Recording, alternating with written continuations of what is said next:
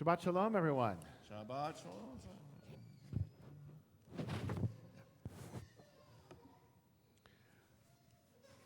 I can see that Lily is very upset about the conundrum that I am going to bring up today. Sorry, Lily. Got her to pay attention. So, this week, I agree.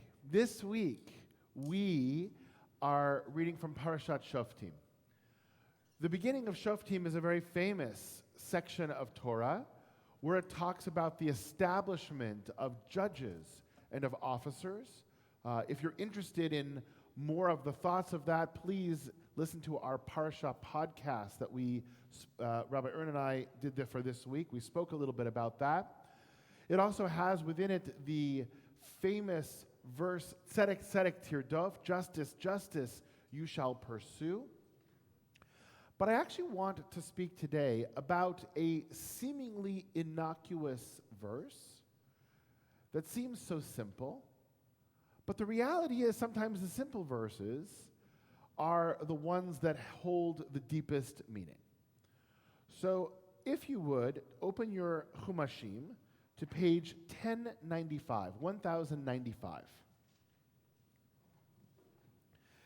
And in the midst of this week's Parsha, we have this verse, verse 13, Tmimim tihyeh im Adonai Elohecha, which is translated here as, you must be wholehearted with the Lord your God. Now, I want to dig into that, and I understand why it's being translated this way as wholehearted. Because if you look at the context of what's going on in the previous verses, it says, verse 9, when you enter the land the Lord your God is giving you, you shall not learn to imitate the abhorrent practices of those nations. You shouldn't become a augurer or soothsayer or diviner or sorcerer or magician of any kind. You shouldn't try to be a necromancer and ask questions of the dead, but you shall be wholehearted to the Lord your God. So it makes sense in this context to say almost you should be true to the Lord your God, wholehearted in that sort of way. You shall be faithful, you shall be true to God, and not go after any of these other ways. But what does the word tamim actually mean? Because it's an interesting word in the Torah. Is anybody familiar with that word, tamim, and where we might find it in other places? Well, so the person who was called tamim most famously is Noah. Ele toldot Noach ish tzadik, tamim haya bedorotav. Right? These are the generations of Noah. Noah was a righteous person. He was tamim in his generation, or among his generation. So, does that mean wholehearted and faithful? Maybe. Maybe. Although that's not really what Noah was known for, right? So what was Noah known for? When we think about Noah, what was Noah known for? Everybody's so quiet today. Normally we're all chit-chatty. What was Noah known for? He was a good man.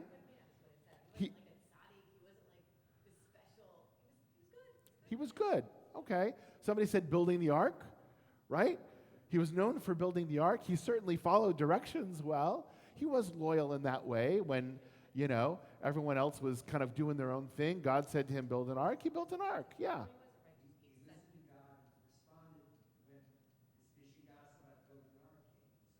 Yeah, absolutely. Absolutely. So usually, let's actually look and see, how is the word tamim translated at the beginning of Parashat Noach? I actually didn't do this beforehand, so it's going to be a surprise for everyone. Let's look and see, are they consistent? Blameless, right? So the word tamim here is being translated as blameless, pure. Okay? Yes?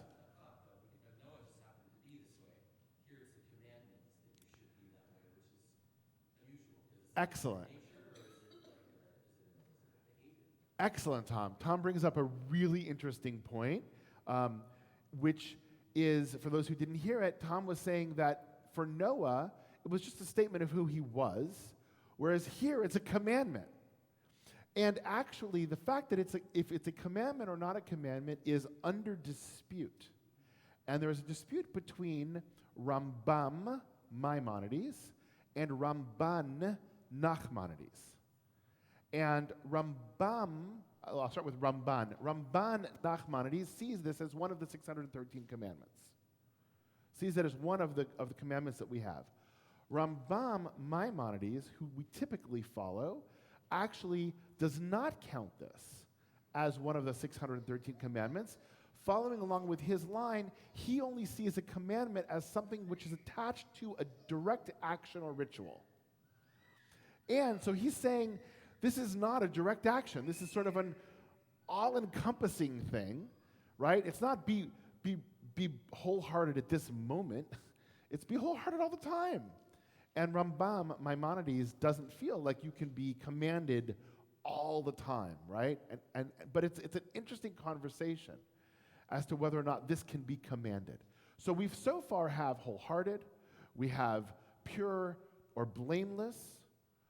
A lot of people translate it as simple.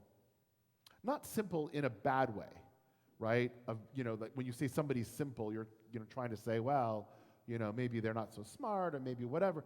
No, but simple and just like, he's just straightforward. He's just straightforward in his life, right? He's a straight shooter. This is who he is. This is what you see is what you get.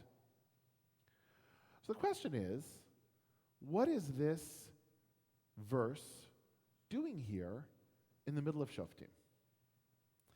And some of the rabbis try to answer it by saying, well, it's just a placement issue. We don't like the placement. If it was at the beginning of Shoftim or at the end of Shoftim, it would be good. But what does this have to do with the idea of justice in our communities or setting up communities that are moral and right? Because that's really what Shoftim focuses on. Why is this here? Anybody want to give a thought? Why do we think this verse is here? How can we make sense of that?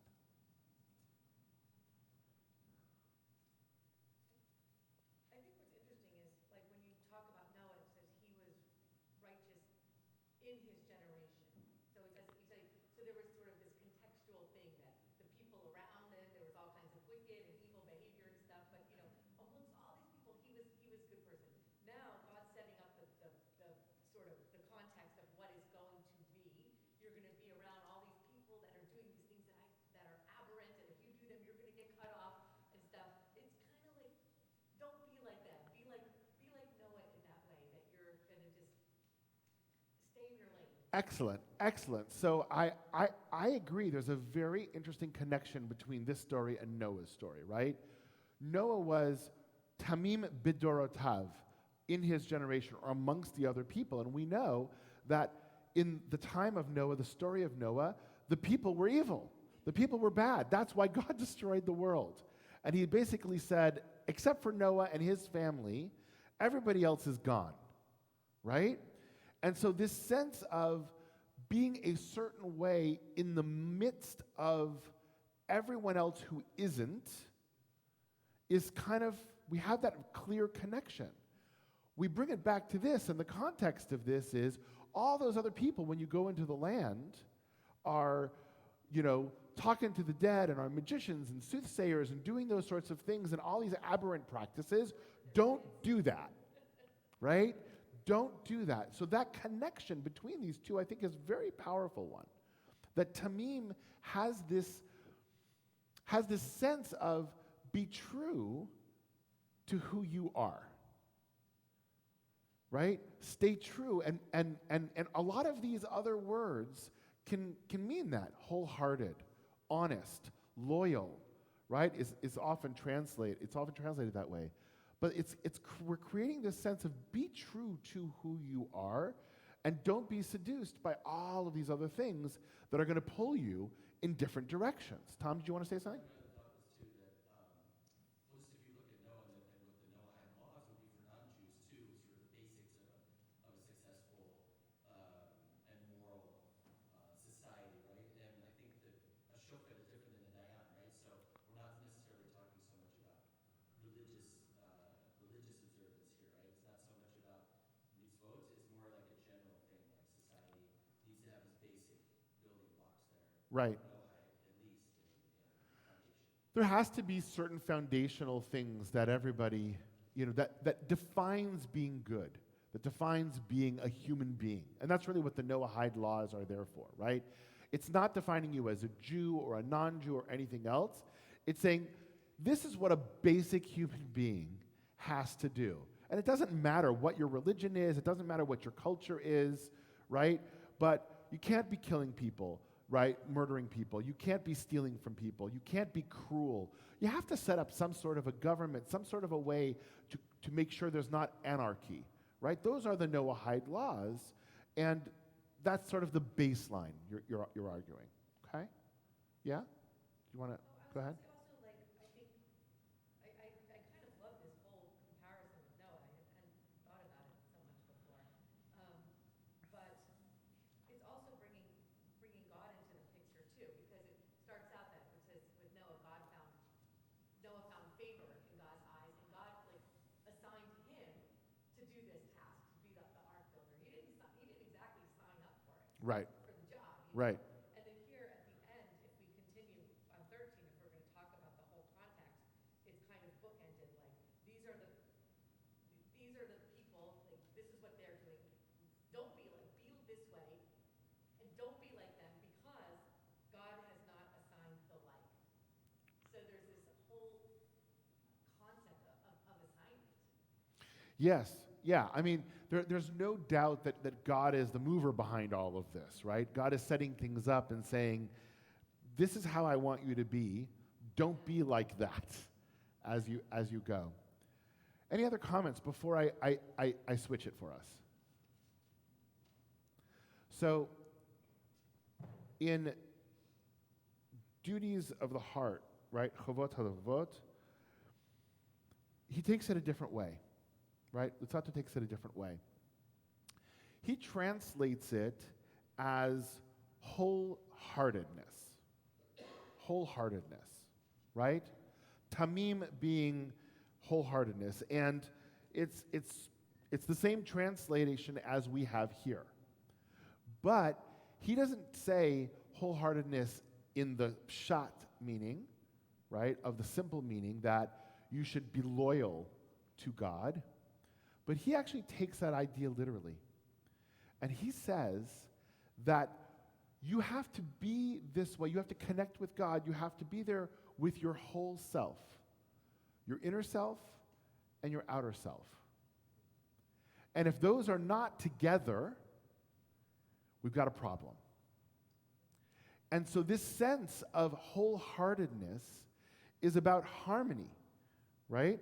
He writes, the opposite of wholehearted is a disharmony between the inner and the outer person, between words and deeds. So this takes this idea of be true to who you are, which we kind of pulled out of this already, to the next level. Right? There's a beautiful midrash. It's found actually in the Talmud, and it talks about the Aron HaKodesh, right? And talks about the ark inside of the tabernacle. And when they're describing the ark and how it's being built, they said it should be laid over with gold on the outside and the inside. And so the rabbis pick up on that and say, well, why on the inside? Nobody's going to see it. Maybe, but not even the Kohen Gadol. But the Kohen Gadol doesn't even open up the ark. The ark is there, the tablets are in there, it stays closed, it stays in the tabernacle. There's really no need for the ark to be laid in gold on the inside. And the rabbis say that our insides have to reflect our outsides, and our outsides have to reflect our insides. And that follows along with this idea, and perhaps, and we can get into a much longer conversation about all of these other quote-unquote abhorrent practices, which for here the Torah is talking about those magical practices. That's a separation between insides and outsides, right? Between that world, the spiritual world, and the physical world, and we're trying to bring them together in a very unnatural way. But God is saying here, wait a second, at least according to Chovot HaLevavot, wait a second. We need to be whole. We can't practice, we can't display one thing and feel another thing. And by the same token, we can't feel something and display something else. What an important lesson for the world today. I mean, the biggest challenge, well, there's lots of challenges, right, that we have with social media and all those sorts of things. And we can get into that conversation another time. But one of the biggest challenges of social media is it allows us to be different from who we are, right? It allows us with this anonymity to say, I'm going to create this avatar, I'm going to create this persona that's totally different from me. And that's fun, no doubt. And at times it's useful, but if we have this bifurcation of ourselves, where our outside persona is one that is different than our inside persona. If the things we say online, if the things we say anonymously outside are things we would never say in person or when our name is behind it, we've got a problem. We're not living tmimim. We're not living wholeheartedly. We're not living in a way that we are who we are, and that's always a part of that. And I don't think the rabbis and the Torah could have ever imagined social media. They probably would have called it a form of magic, right? It probably would have been on this list at that time of, what do you mean you could talk to somebody across the world without actually having to be in front of them? And it's a way that takes us out of the equation and allows for things to happen that we never would do if we ourselves were part of that equation. And what I hear in this command, and whether it's a specific mitzvah or whether it's an umbrella mitzvah, what I hear in this command is we need to be who we are. And it doesn't matter if we're in person with somebody, if we're on the phone with a person, if we're online. The values that we have should always be reflected in who we are and in what we say. Because it doesn't just hurt the other person. It actually, in essence, tears us apart as well. And it isn't long before we start to lose our identity of who we should be, of who we could be. We see society slipping, and we see an allowance of things that we never would have had in previous times because everybody is so used to doing this online. It's actually now starting to come into the actual world of how we relate to one another. And it's very damaging. It's very damaging. Any comments on this before we actually go and we read? We're going to go back to the beginning of this parsha and read about that sense of justice. Justice, for me, has always been about balance. Not always equality, but about balance, right? Weighing one side or another. That's the classic symbol of justice, are the scales, right? How do we weigh? How do we determine what's the truth, who we truly are? This belongs here. And I disagree with the rabbis who are questioning, well, why does this belong here? This belongs here for that very reason. Any last comments, please? Yeah, one more comment. Also, if we're talking about the context, we just experienced Rosh Chodesh Elul, which the acronym Anina L'Dodi V'Dili, which is like a consecration almost to God and to these concepts of justice. And so I think, especially now in Elul, as we're heading into Tishrei, is like just the Absolutely. This month is about reflection, right? This month is about preparation for Rosh Hashanah and Yom Kippur. And part of that is a recognition of who we are and who we truly are. Not the masks and the facades that we like to wear and we like to show, but who we truly are. And at some point in time, our inside needs to match our outside, and hopefully that happens on Yom Kippur. As we strip away those masks and those facades and we stand before God, Tmimim. Simple, pure, and wholehearted. It's a good way to end. Shabbat Shalom.